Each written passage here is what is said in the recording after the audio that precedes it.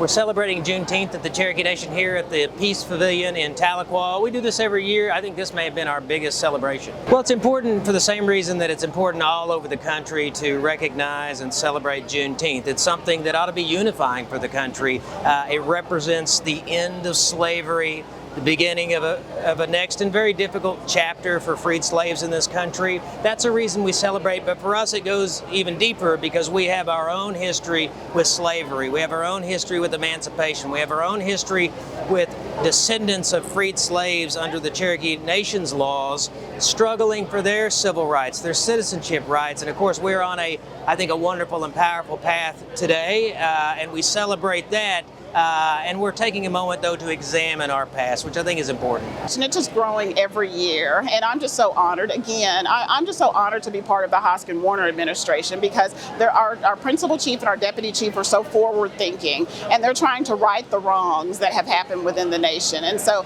we're just so appreciative of it. Everyone just came out. It's been a big celebration. It's like a family reunion. And so what a wonderful day in the nation.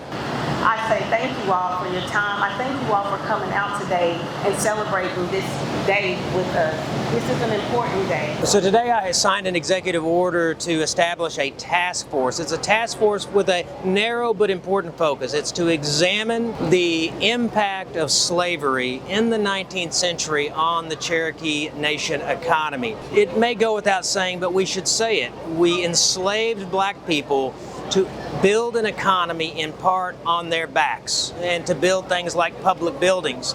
So I think we have to lean into the truth. We have to examine it. So this task force is going to examine that.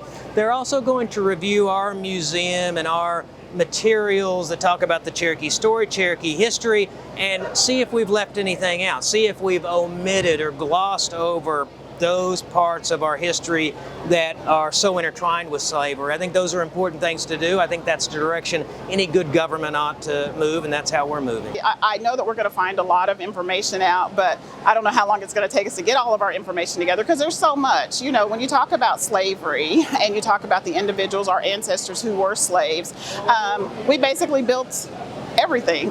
And so we're just super excited to have this new task force that Chief has organized and just look forward to what the findings are going to come out to be.